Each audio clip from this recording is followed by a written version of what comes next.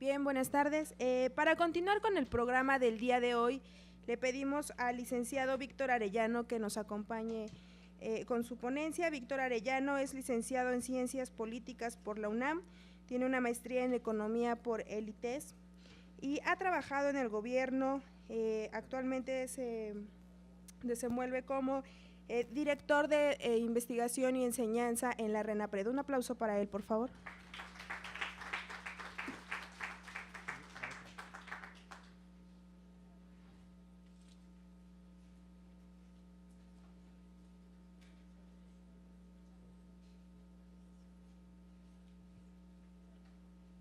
Bueno, muy buenas tardes a todos. Yo voy a hablar de una pregunta que es fundamental y que explica precisamente la razón de ser de una fundación como lo es la Red Nacional para la Prevención de la Discapacidad en México, RENAPRED. La pregunta es, ¿por qué prevenir enfermedades y deficiencias al nacimiento que pueden provocar discapacidad? Entonces, lo que vamos a ver es una serie de estadísticas que fundamentan precisamente esta necesidad de prevenir.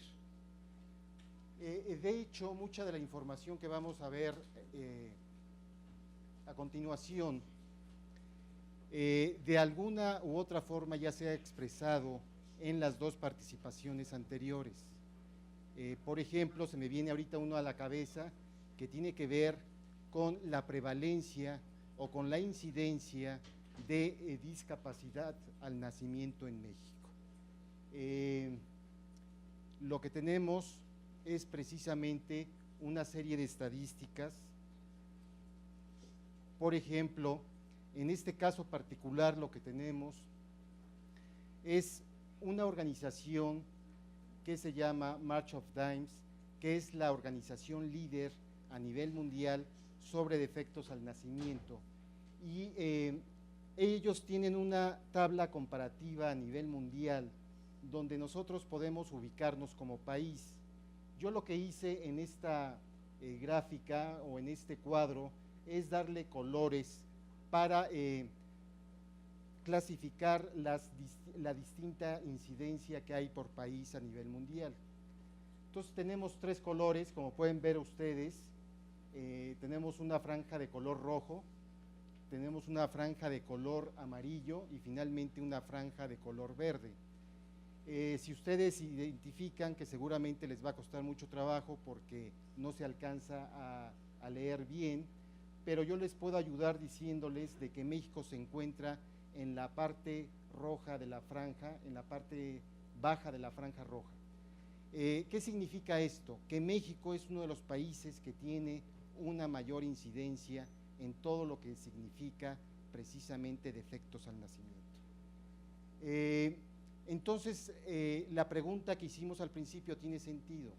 ¿Por qué prevenir la discapacidad en México? ¿Por qué prevenir las enfermedades y deficiencias al nacimiento que pueden causar discapacidad en México? ¿Por qué prevenirlas?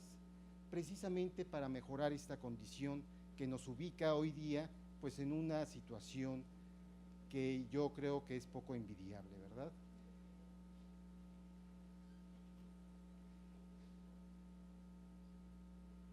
Si nosotros nos ajustamos a una serie de enfermedades, en este caso estamos hablando fundamentalmente de anencefalia y espina bífida, nosotros encontramos que México se ubica con las más altas tasas de incidencia otra vez.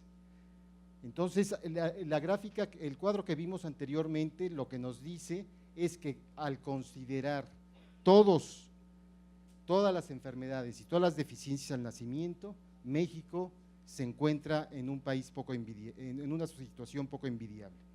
Y aquí que vemos en forma particular algunas enfermedades, vuelvo a repetir, anencefalia o espina bífida, encontramos que también nos encontramos en una situación poco envidiable.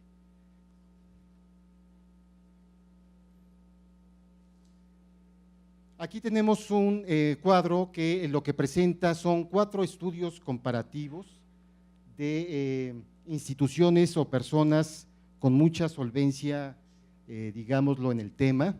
Tenemos en primer lugar a Boto, que es un investigador muy reconocido, que ha sido precisamente presidente de International Clearing House, como lo mencionaba la doctora Morán, y que él habla precisamente de una prevalencia pues alta, la más alta de los 4 estudios, la presenta para México.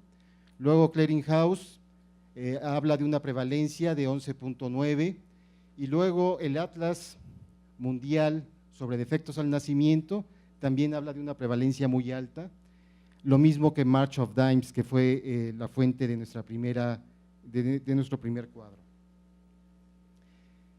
Entonces, haciendo una retrospectiva, lo que tenemos es que México presenta a nivel mundial una alta participación, más bien dicho, una alta incidencia que invita precisamente a hacer algo para mejorar la situación en México. Vamos a ver a continuación lo que es la tasa de mortalidad en menores de 5 años para poder entender por qué se tiene que hacer algo en México. Esta tasa de mortalidad infantil en menores de 5 años es uno de los indicadores de lo que ya el doctor Restrepo mencionaba en su plática, que tienen que ver con los objetivos del desarrollo del milenio. Este es uno de los indicadores que precisamente considera los objetivos de desarrollo del milenio, y desde un punto de vista estrictamente, digámoslo, estadístico, México va a cumplir con creces esta meta que se propuso en los objetivos de desarrollo del milenio. Sin embargo, si nosotros comparamos la situación de México respecto a sus países homólogos con igual desarrollo económico, nosotros nos damos cuenta de que México, la tasa de mortalidad de México está por arriba de la media latinoamericana de los países de alto desarrollo y por arriba del país líder, que es Chile. Entonces, esta es una invitación, o más bien dicho, es otra invitación para precisamente hacer algo. Por eso podemos responder la pregunta original: ¿por qué prevenir las enfermedades y las deficiencias al nacimiento? Porque detrás de esta alta tasa, o de esta relativamente alta tasa de mortalidad infantil, encontramos que las principales causas que explican esta alta mortalidad son 2 fundamentalmente. Una, que ya el doctor Restrepo hizo mucho énfasis, que tiene que ver con las cuestiones perinatales, y la segunda causa son los defectos congénitos. Entonces, mientras no se haga algo para abatir esas 2 causas principales, difícilmente vamos a poder mejorar nuestra participación en el ámbito latinoamericano. Luego aquí lo que tenemos es una gráfica bien interesante, porque esta gráfica puede nombrarse como la transición epidemiológica en México. ¿Qué significa la transición epidemiológica en México? Significa que las principales causas de mortalidad en menores de 5 años, en los años 70, eran precisamente causas que tenían que ver con las diarreas y con las vías respiratorias. Sin embargo, hoy día ustedes pueden ver que las principales causas de mortalidad ya no son las diarreas y las vías respiratorias, sino son precisamente lo que ya habíamos visto anteriormente: en primer lugar, las cuestiones perinatales, y en segundo lugar, los defectos congénitos. Entonces, aquí podemos reflexionar lo siguiente: ¿qué hizo que se diera esta transición epidemiológica? lo que se hizo fue precisamente una intervención deliberada de lo que es la política de salud pública para precisamente cambiar esa situación. Y desde esa perspectiva, la intervención de las políticas de salud pública han sido exitosas, porque las causas originales ya no son tales y ahora ya son otras causas. Y entonces lo que procede es precisamente hacer otras intervenciones deliberadas para que estas causas, que ahora son las dos principales causas que explican la mortalidad infantil en México, cambien. Entonces, en este contexto es muy pertinente hablar precisamente del trabajo de una organización como RENAPRED, que precisamente impulsa ciertas políticas precisamente para revertir esta situación. Para hablar de un caso concreto, por ejemplo, RENAPRED impulsa la ingesta del ácido fólico, que tiene como propósito precisamente pegarle a la segunda causa que explica la mortalidad en menores de 5 años. Tenemos otras características que yo quiero resaltar y que precisamente responden a la pregunta ¿por qué prevenir estas enfermedades y estas deficiencias al nacimiento? Una de esas características tiene que ver con su concentración, otra característica tiene que ver con su magnitud, otra característica tiene que ver con la anterior, pero desde una perspectiva del censo de población y vivienda, y vamos a plantear también una serie de problemáticas que tienen que ver con estas magnitudes, porque vamos a darnos cuenta de que el sistema de información para identificar precisamente la incidencia y la prevalencia de estas enfermedades y deficiencias es todavía muy deficiente, aunque podemos decir que vamos por el camino correcto, pero hace falta mucho por hacer todavía. Entonces empecemos por la concentración. Una de las características de la mortalidad infantil en menores de 5 años es que casi el 50% de las defunciones en menores de 5 años se da en menores de 1 semana. Si nosotros hablamos de 28 días, estamos hablando de un poco arriba del 60%. ¿Qué nos está diciendo esto? Que precisamente la política pública se tiene que concentrar en la atención de los menores de 28 días. Es decir, si hay una intervención efectiva de la política de salud en menores de 28 días, le estamos pegando a más del 60% de la mortalidad en menores de 5 años. Esa es la característica de concentración que quería subrayar. Luego,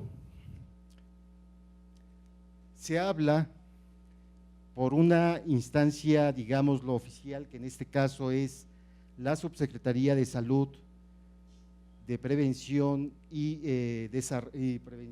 Promoción de la Salud del Gobierno Federal, habla de que más o menos el 25% de los nacimientos, esto es 500,000 nacimientos, están en riesgo. Mucho cuidado, estoy diciendo están en riesgo, no estoy diciendo que tengan alguna deficiencia o alguna enfermedad, sino que están en riesgo precisamente de adquirir una enfermedad o una deficiencia o una consecuencia de estas. Entonces, fíjense cómo estamos hablando de un número muy importante, estamos hablando del 25% de los nacimientos en México, que están más o menos estimados un poquito de menos de 2 millones anuales. Y luego en la parte baja de esa lámina encontramos las principales deficiencias al nacimiento. Les puedo decir que se pueden clasificar fundamentalmente en 2 grandes grupos, uno es defectos estructurales y otro son condiciones fetales y neonatales de alto riesgo. Si ustedes me permiten, yo les puedo decir que si hacemos, digámoslo, un juego de números, estamos hablando fundamentalmente de que estas dos razones o estas dos clasificaciones explican el 80% de la mortalidad infantil en menores de 1 año, pero de este 80%, las segundas la segunda parte de la clasificación, es decir, las condiciones fetales y neonatales de alto riesgo, explican el 60%. Entonces, haciendo una síntesis, encontramos que la mortalidad infantil se explica fundamentalmente en un 60% por bajo peso y prematurez fundamentalmente, en segundo lugar en un 20% por defectos congénitos y solamente un 20%, el 20% restante por cualquier otra razón.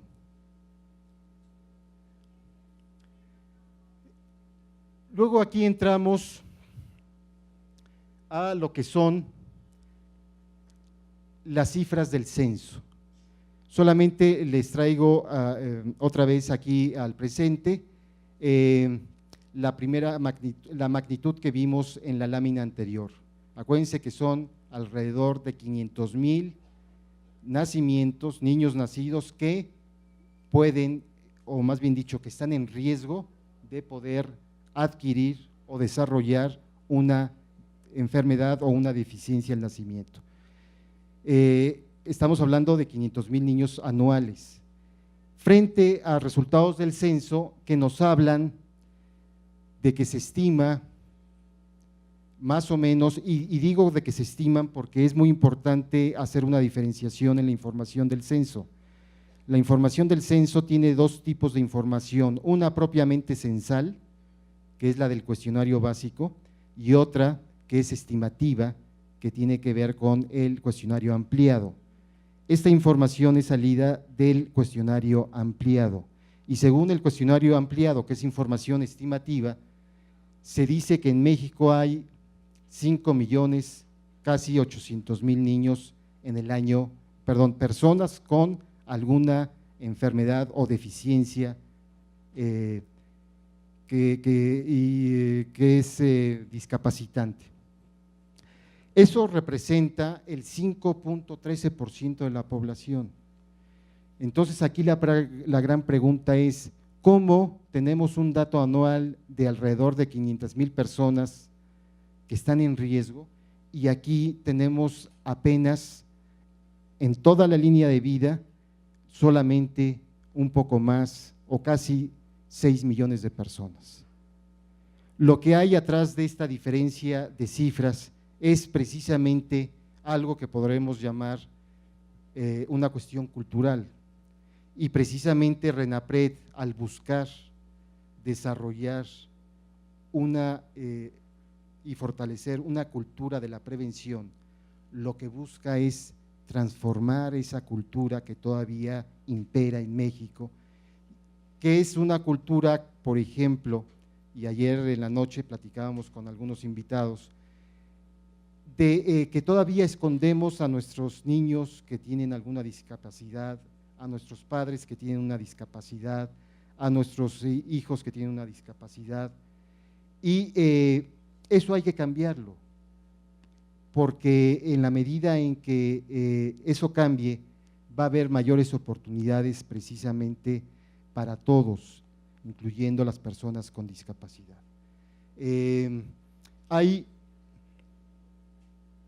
2 estudios internacionales que nos pueden dar idea de cuánta gente, cuántas personas con discapacidad hay en México.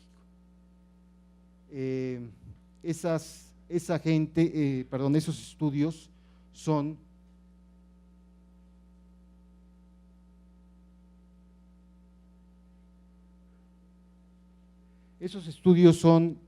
estudios realizados por la Organización Mundial de la Salud.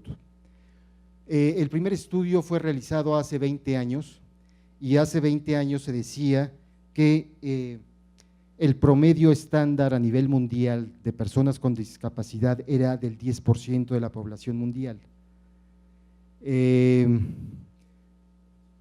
Quedémonos con ese 10% en la cabeza. El segundo estudio, que es del año 2011, nos dice que esta proporción de personas con discapacidad ya subió del 10% al 15%. Si nosotros hacemos una extrapolación de este promedio y entendamos lo que significa un promedio, el promedio precisamente lo que esconde son los extremos. Entonces es perfectamente factible, o más bien dicho, perfectamente plausible, que ese 15% sea una cifra estándar correcta para los países como México. Si nosotros hacemos esa extrapolación y si consideramos que tenemos alrededor de 112 millones de personas, el 15% de esas 112 millones de personas, ¿cuánto es? Es casi 20 millones de personas con discapacidad. Entonces, fíjense cómo una cifra que, si bien es cierto, no, también es una cifra estimada, pues es muy alta respecto a la cifra oficial del Censo de Población y Vivienda, que también es una cifra estimada. Estamos hablando de 6 millones contra 20 millones, es decir, 3 veces más. ¿Sí? Sobre este punto sí hay que reflexionar algo que es muy importante. ¿Por qué es muy importante? Porque precisamente en este estudio, último estudio de la Organización Mundial de la Salud, se habla de cuáles son las razones que explican este crecimiento en la proporción de las personas con discapacidad. Y lo que explica este incremento importante en la población con discapacidad son varias razones que tienen que ver con lo que la doctora Morán ya hablaba, y que tiene que ver fundamentalmente por cuestiones ambientales, pero en el caso, bueno, pero podemos sí subrayar algunas más importantes que otras.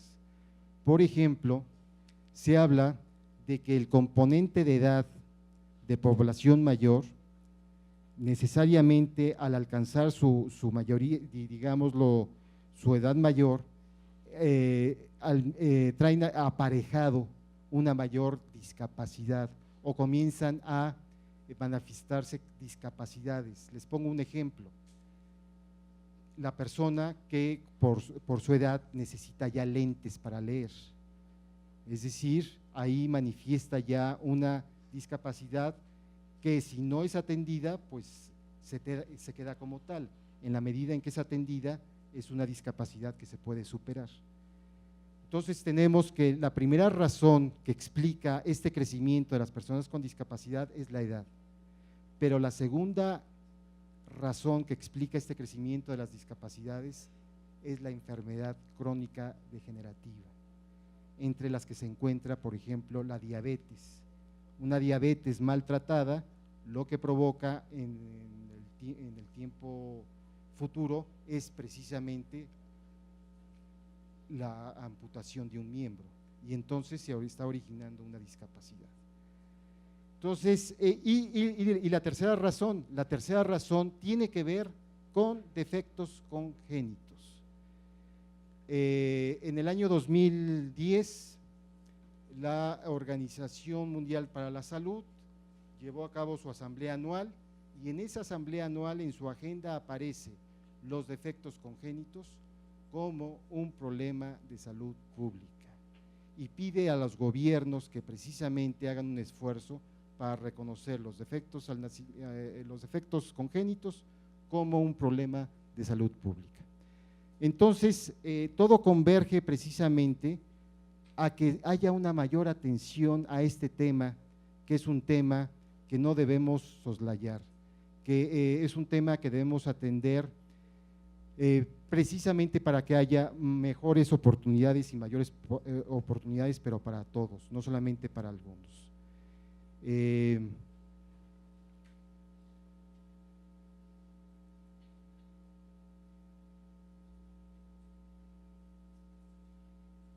Luego tenemos algo que es importante entender, porque también ya previamente se ha escuchado en esta sala esta situación. Es decir, todo se reproduce, y si nosotros no cambiamos las condiciones de reproducción, estamos reproduciendo lo mismo. Es decir, no podemos imaginar estar mejores si no cambiamos las condiciones. O sea, no podemos encontrar un nuevo resultado si no cambiamos las condiciones. Y entonces, si no cambiamos las condiciones, lo que estamos haciendo es reproducir la pobreza. Alguien, ya no recuerdo si la doctora Morán o el doctor Restrepo, hablaban precisamente de esta situación, de alguna forma lo mencionaban, porque la discapacidad produce pobreza. Y entonces lo que tenemos en este gráfico es precisamente cómo una persona que nace en un seno familiar pobre, si además tiene una discapacidad, ¿cuáles son las consecuencias? Lo podemos ver en el Censo de Población y Vivienda 2010, en el cuestionario básico se mencionan las características de las personas con discapacidad, y lo que tenemos ahí es precisamente que una persona que nace con discapacidad tiene más altas probabilidades de tener una menor educación, de tener menores oportunidades de empleo. Y esto lo podemos constatar precisamente cuando nosotros contrastamos estas condiciones de personas con discapacidad con condiciones de personas sin discapacidad, encontramos diferencias educativas, encontramos diferencias de oportunidad en el empleo, encontramos también diferencias en el acceso a la salud. También una persona que nace con discapacidad, por ejemplo, si nace en una situación, digámoslo, de no pobreza, también tiene consecuencias distintas, es decir, tiene mejores resultados educativos, tiene mejores resultados de empleo, oportunidades de empleo, tiene mejores servicios de atención y acceso a la salud. Entonces, sí hay que romper ese círculo vicioso, porque lo que tenemos es que la inmensa mayoría de población con discapacidad tiene un círculo vicioso que es difícil romper, que no se logra solucionar tan fácilmente. Hay que hacer un esfuerzo deliberado para romper ese círculo vicioso.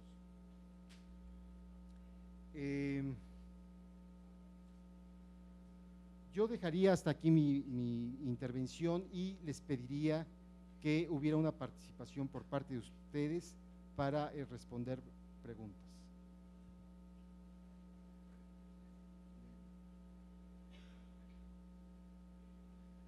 ¿Sí quedó todo muy claro o no se entendió nada? Sí. En cuanto a qué resultado lo que usted comentó ahorita en esta conferencia, en cuanto a la discapacidad, pero ¿de cuáles? ¿De las prenatales o en general? Sí, la última reflexión tiene que ver con las discapacidades en general, no solamente las discapacidades al nacimiento, sino las discapacidades en general. Podemos poner un ejemplo, una discapacidad por un accidente.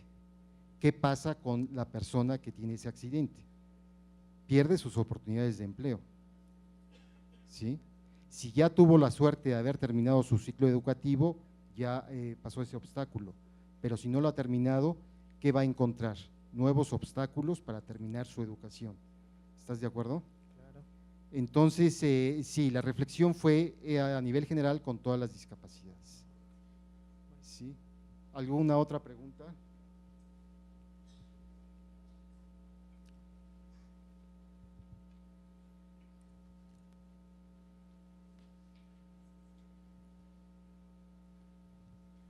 Buenas tardes, días. Me gustaría saber su punto de vista a respeito de que la pobreza não vai tão a nível da discapacidade, senão com a falta de capacitação das pessoas com discapacidade. Então, como estaria este fator educativo, não? Que eu penso que vai de la mano com o fator saúde? Sí, bueno, mi respuesta va a estar enfocada a partir del nuevo paradigma. El nuevo paradigma, pero si nosotros entramos a discutir el nuevo paradigma, pues hay muchas preguntas que no están contestadas. El nuevo paradigma parece ser que es muy sencillo, dice, es que hay que ser inclusivo. ¿Qué significa ser inclusivo a nivel educativo? Significa que en un salón de clases puedan participar al mismo tiempo personas con sin discapacidad y con discapacidad, sin discapacidad y con discapacidad. Eso parece ser muy sencillo, sin embargo, cuando uno ve la especificidad de la problemática, es algo muy complejo. Es algo muy complejo porque, pongamos un caso práctico, un niño que tenga un comportamiento, digámoslo, de mucha agresividad, que esté en un mismo salón donde haya niños, digámoslo, regulares. ¿Qué es lo que va a querer el papá del niño regular? Pues que no tenga esa influencia. Sin embargo, si ese niño es sacado de ese grupo, se está cayendo en un problema de discriminación. Entonces es una situación compleja y nada más yo contestaría desde el punto de vista del nuevo paradigma, que la solución que propone el nuevo paradigma es la inclusión. ¿Sí?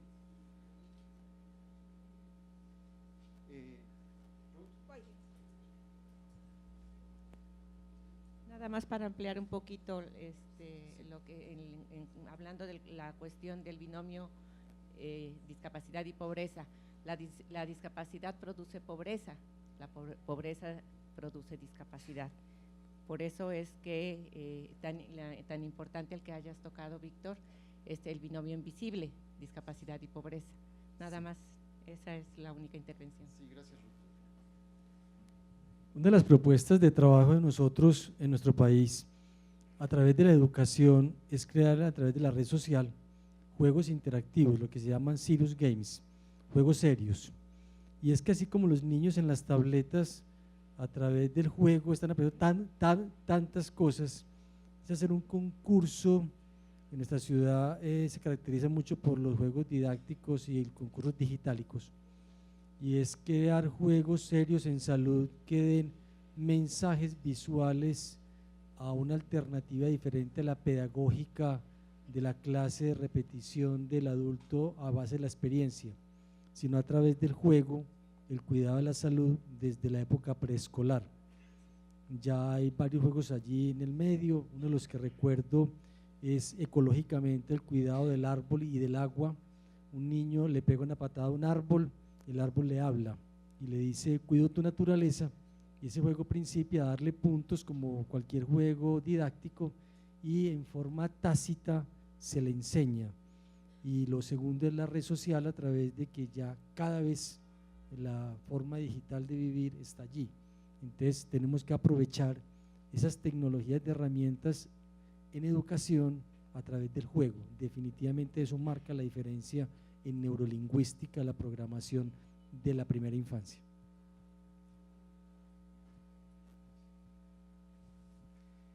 Bueno, ¿hay alguna otra pregunta? Si no, damos por terminada la plática.